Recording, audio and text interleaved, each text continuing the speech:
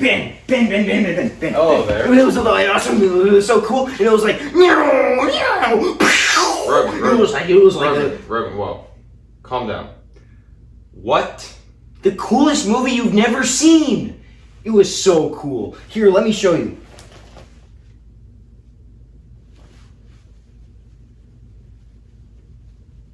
Hey, Rogan? You know April's a couple months away, right? Uh-huh. It's a bit early to be doing April Fool's Day jokes on me. But, you know? but it is the coolest movie you've never seen. You just gotta watch it. Fine. Yes! But if I don't like it, something bad's gonna happen to you. Deal! I already regret this. You ever find that one movie that no one knows about that you feel like more people should be talking about? It doesn't even have to be like an underrated masterpiece like Atlantis Lost Empire or something. It can be a movie that is so incompetently made that makes The Room look like Spielberg himself directed it. For example, The Ant Bully, a movie that is literally the scene from the first Toy Story where the toys scare Sid to death, except replace toys scaring a boy to stop terrorizing them. It's ants that shrink down the boy, and then he gets scared into stop terrorizing them by Nicolas Cage and his colony of other talking ants. I didn't make up any of that, by the way. That is a real greenlit movie. Another good example, The Dirt Bike Kid. So we've all seen E.T., right? If you haven't, you're going on the list. Now imagine, instead of a cute but weird looking alien meeting a little boy, instead, it was a magic dirt bike meeting a little boy. It's The Dirt Bike Kid in a nutshell. The Dirt Bike Kid is a 1985 kids film directed by Hoyt Casson and written by David Brandes and Louis Kolek. The idea was originally brought on by the movie's producer, Julie Corman. She wanted to be a combination of Jack and the Beanstalk and a real-life hot dog stand near her children's nursery school in Pacific Palisades that was going to become a savings and loan business. I prefer my E.T. comparison, but, you know, teach their own. I don't think that's what you mean. Zip a geek. The only other real worthwhile information we have on the movie is that the bike that was used in the movie was a 1985 Yamaha YZ80. So there's something cool for all my dirt bike reviewers out there. All two of them. Are you stalling to talk about I'm stalling to talk about this. So after one of the title cards of all time, we see our protagonist, Jack Simmons, watching some dirt bike racing on TV. And before you ask, yes, this is the kid from A Christmas Story.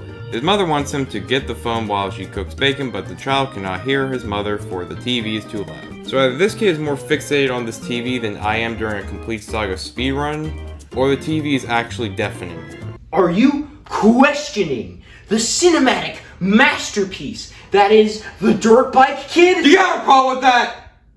No. That's what I thought.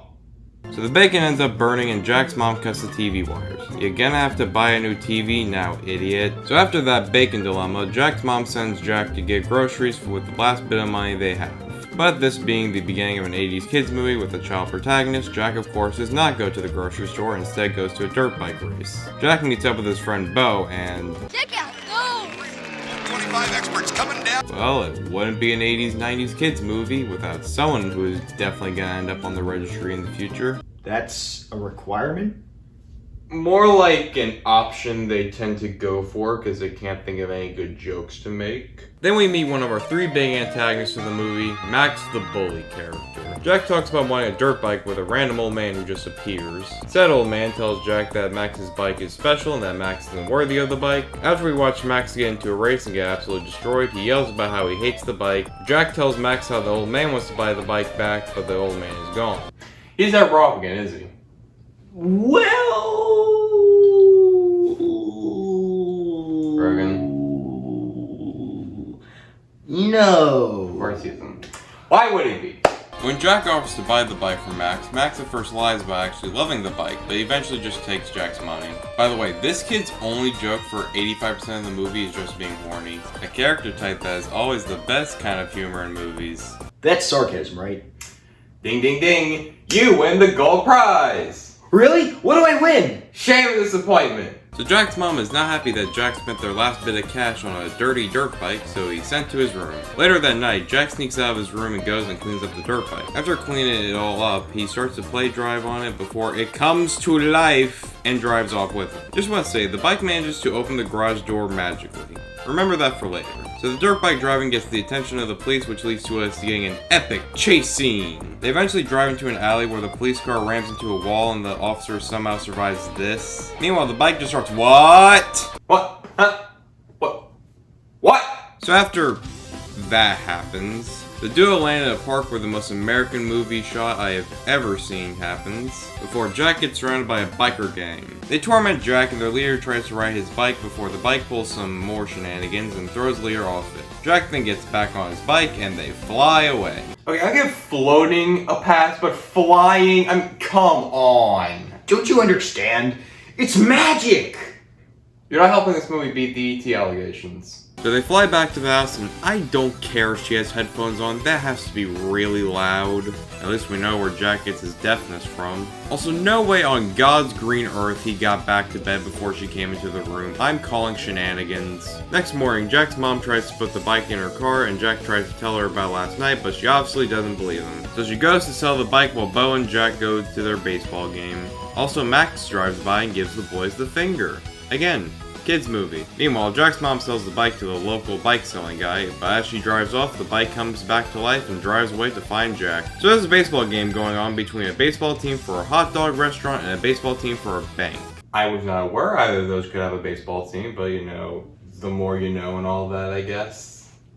Here's where we meet Mike, the owner of the hot dog restaurant and coach for their team, as he talks with Jack about Jack's feelings. Also, Mike's character arc in this movie is literally learning the phrase, when the going gets tough, the tough get going. Alright, I'm simplifying it a bit, but that's pretty much what it is. Then we meet our final and main antagonist of the movie, Mr. Hodgkins. He's just your typical evil rich villain who wants to destroy something the characters love and replace it with something that's gonna make him money. You've all seen the type before. The game isn't going great for our Wiener Warriors, but when Jack sees that his bike's returned, he gets a home run. But Jack just barely doesn't make it home and they lose the game. I just want to mention, at no point does Jack sit there and just question how the bike is alive. He just accepts that it's magic and moves on with his life. Well, what would your reaction be to a dirt bike coming to life right in front of you? I think I'm on drugs. So Jack shows Bo his new bike, and here starts the bike's bloodlust for wanting to kill Hodgkins. So they arrive at Mike's doghouse, and Bo tries to pull some girls with the bike, but the bike doesn't budge and they drive off. I think Bo has one of the only normal reactions to the bike's sentience in the whole movie. We cut to inside the doghouse where it's revealed that the doghouse is going to be taken down in order to be replaced with a new bank made by Hodgkins. And Mike decides to go take his anger and go play Galaga. I too play video games that require my full skill and attention whenever I'm angry. I finally get to use this bit. He's just like me. The boys try to get Miss Clavel to help go against the bank, but she says she can't do anything about it. Then the dirt bike pulls up and Jack drives off. Miss Clavel gives a confused look, and that is it. That's a theme with this movie. Characters just give a confused look about the bike being alive, and then they move on as if it's perfectly normal. It's so dumb. Then we cut to Jack's mom going to a job interview with Hodgkins. He is so weird. This feels like stuff rich British people do. Probably because it is. So while this creep and Jack's mom have the interview, the bike pulls up to the bank and starts driving around. And the bank's only line of defense is an 80-year-old cop. This bank's crime rate has to be as bad as Gotham's if this is your line of defense. Anyway, back to the psychopathic bike. So the bike crashes into the interview and destroys the model of the bank, therefore ruining Jack's mom's chance of getting the job. So Jack drives to the local bike selling guy to give him the bike, but he then decides to use the bike to drop off deliveries for the local bike selling guy. And now the bike can not only catapult boxes a large distance, but can also make them perfectly land on people's doorsteps. Just keeps getting abilities whenever the plot requires it. You know, you should really stop questioning the logic of this movie. The movie's not making that easy for me, Rogan. So Jack's mom tries to bring the bike back to the store again, but Jack manages to convince his mom not to do it, and the bike makes noises that Jack's mom barely notices. I'm not gonna stop bringing it up. It's extremely dumb that no one talks about this. So Jack decides to go to Hodgkins' home to ask him to reconsider tearing down the doghouse. Meanwhile, Hodgkins is giving an interview with some random woman and being even more creepy than before. When I said that these types of movies have that one character who's gonna end up on the registry one day, I didn't mean there'd be more than one. Jack arriving stops Hodgkins from possibly no touching this poor woman, and she manages to break out of the room through the window while Jack talks to Hodgkins. Jack apologizes to Hodgkins for driving into his office and asks him to reconsider tearing down the doghouse. In order to shoo Jack off, Hodgkins says they can get a meeting with the board of directors. That's the second one today. I do not like the implications of that. At all. Bike decides not to start out of spite against Jack after this, and just when this happens, of course, the biker gang from earlier shows up. How conveniently unlucky for Jack. But the bike decides at the very last second to jump over the bikers and drive off. How does he do that? Wow, it only took us 39 minutes for us to ask that question, right? So Jack, all dressed up, goes to meet with the board of directors at the bank. How on earth did we get here? Well, you see, Ben, it all... Rhetorical question, Rogan. Rhetorical question. We cut to the board having their meeting. All those in favor of allowing women on the bank's softball team, say aye. Haha, get it? Cause they're sexist? Miss Clavel tells Hodgkins that Jack is here, but Hodgkins just waves her off. Our trio's bummed out about not getting to the meeting before Jack gets on his bike and the bike drives into the bank. Again. You know what they say, if at first you don't succeed, drive your dirt bike into the bank and demand to see the big guys upstairs. I think MLK Jr. said it or something, I don't remember. Hodgkins presents the model of the new bank to the press before the bike breaks down the door and destroys the model. Hodgkins gets mad and... He's touching a minor! He's touching a minor! So Jack manages to get the press's attention and talk with the board, while Clavel and Mike talk about how Mike might not believe in magic, and Mike gives this response. Maybe I used to, but not anymore. This movie's dialogue was ahead of its time, truly. But to their shock, Jack actually manages to get the board to change the location of the new bank's location. So the Doghouse kids celebrate, but it's revealed later that Hodgkins lied about switching the bank's location. What? The rich, evil businessman villain lied to the main heroes? I can't believe that! I need better friends. Jack and the bike in retaliation hook to a trailer with the bike and nothing in it and then drive into the middle of the road. Whoever was in that car is probably mortally wounded or just straight up dead. I'm telling you, this bike has a bloodlust. And of course, the cop from earlier just shows up right around that time. Villains just appear out of nowhere in this movie whenever the plot requires it. Why? We then cut to another thrilling bike chase, which concludes with the bike flying away once again, the cop being bewildered. Jack and the bike return home, but right as they get there, out of nowhere, Hodgkins arrives at the house with a police van in tow. They take away the bike, and we're supposed to feel emotional when this happens. Rogan? I need you to slap me, like, right here. Okay, got it. Thanks. You're welcome. Your eyes do not deceive you, viewer. You really just saw a dirt bike in a prison cell. Well, if they know the bike is alive and can move on its own, why do they not question how it's alive? I know I sound like a broken record saying this, but it's so dumb. Why can't you just appreciate cheesy 80s kids movies? You like Power Rangers? That's pretty cheesy. I'm having fun while watching most of Power Rangers, Rogan. I'm not having fun watching this. Anyways, Jack has a scary nightmare about the doghouse being taken down via seeing a bulldozer knocking down a hot dog mascot sign. Oh no, the horror.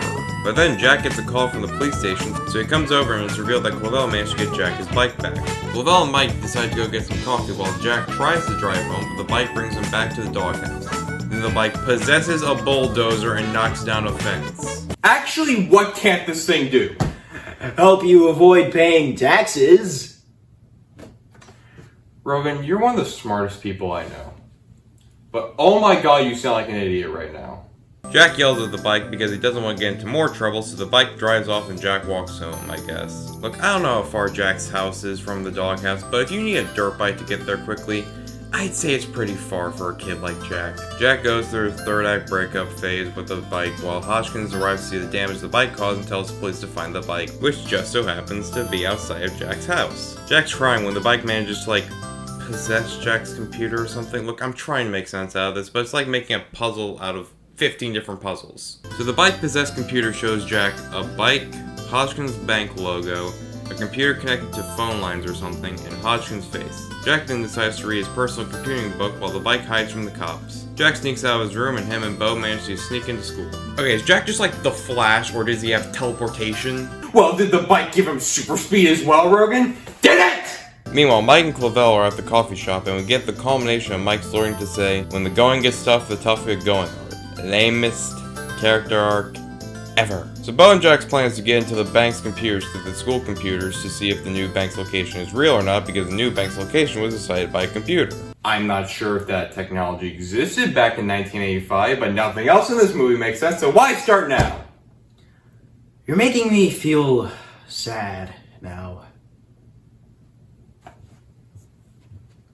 Good! And now our three antagonists meet up and decide to form an alliance to stop Jack and the bike. How we went from Jack buying a simple dirt bike to him becoming the most wanted kid in the city, I have no idea. Jack manages to get into the bank's computers by typing in the password Scrooge. Of course it's Scrooge. The stupid cop from before manages to cuff the bike, and Jack finds out that there are several other sites that would be better for the bank to be built other than the doghouse. Jack ponders why, while Bo gets into some hijinks with people's bank balances. They find out Hodgkins only has like $12,000 in his account, and Hodgkins tricked the board of directors into buying the land from him, so that's why the bank needs to be built there. This just got needlessly complicated real quick. So the dumb cop arrives with the bike, but the bike manages to free itself and knock down all the cops. Hodgkins returns to the bank to see an elderly woman taking out $1 million after Bo's hijinks, and Clavell quits her job working for him. Nice! Way to go!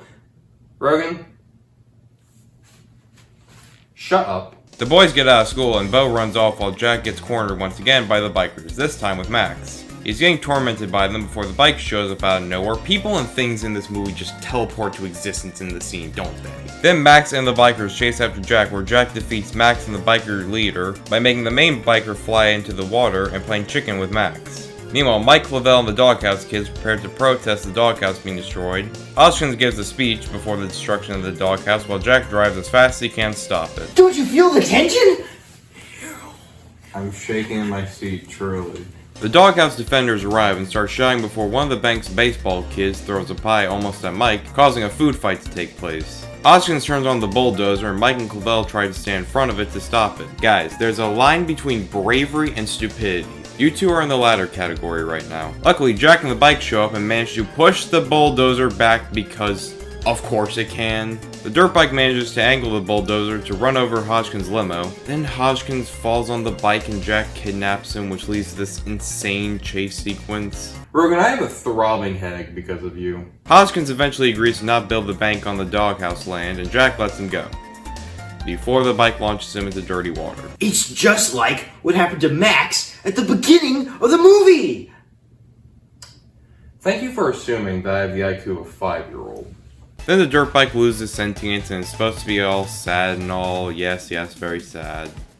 Anyways, we cut to the reopening of the doghouse with many victories. Bo pulled some women, I find that very hard to believe. Mike and Miss Clavell are together and having a kid, and Hodgkins is forced to announce the reopening while wearing a hot dog suit. Then some random kid finds Jack's bike, and the old man from the beginning reappears, so I guess he's an angel or something. Wait, I thought you said he never got mentioned again.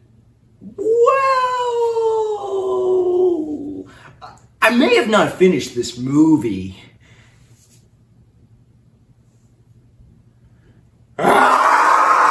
So it's revealed that the bank was built behind the doghouse. I would complain, but my brain is fried, so let's just end this. The bike comes to life after finding a new host. Ah, I get it, the bike's like a symbiote. Now its bloodlust makes sense. Hodgkins gets PTSD from the bike, and we end with this stupid shot. Oh my god, finally. And there ends one of the most bizarre pieces of cinema I have ever witnessed. There's just so much wrong with this movie. Let's start off with the fact that the dirt bike itself contributes very little to the actual story. I mean, think about what I just described and tell me where the dirt bike really mattered. Besides that, the plot itself is just insane. The characters are pretty bland and one-dimensional. The story itself isn't very interesting if you separate all the insane crap I just discussed. The writing is balls to the walls lunacy. The pacing's okay, I guess. The dialogue and character arcs are just so bad and generic. It's just so hard to talk about or rate this movie objectively because there is some fun to be had here with how insanely bad it is. So I'm going to be introducing the Ironic Enjoyment Scale. Basically a rating scale that I use for media that is so bad it wraps around to being absolutely hilarious. So I'm going to be giving this like a 6 out of 10. The insane stuff keeps it from getting a lower score, but to be honest, the story itself is very generic and boring. Not the worst way to kill 90 minutes, but like, literally watch anything else. Well, I thought it was a super cool and awesome movie. It was thrilling and exciting and all those adjectives, and I think it was just the best movie ever. I'm gonna give it a 10 out of 10. That was one of the most insane, brain-numbing sentences I think I've ever heard. And trust me, I have heard some really stupid sentences. Myself and the audience are significantly dumber now after hearing your takes on this movie, and I have lost so much respect for you as a person after this. So much for wanting to show you a cool movie, man. I guess you're not the friend I thought you were.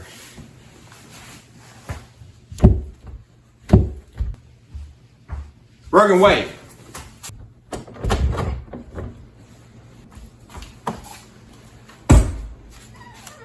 Look, man, I'm sorry. I didn't mean to give you so much crap over this. I mean, I didn't realize how much this movie meant to you, and just because I don't like it and you like it, and we disagree on this, that shouldn't make or break our friendship, right? What do you say? We still cool? Yeah, we're still cool. Okay, what do you want to watch now? I'm thinking about watching Diary of a Wimpy Kid, The Long Haul. What? What's this? A duck!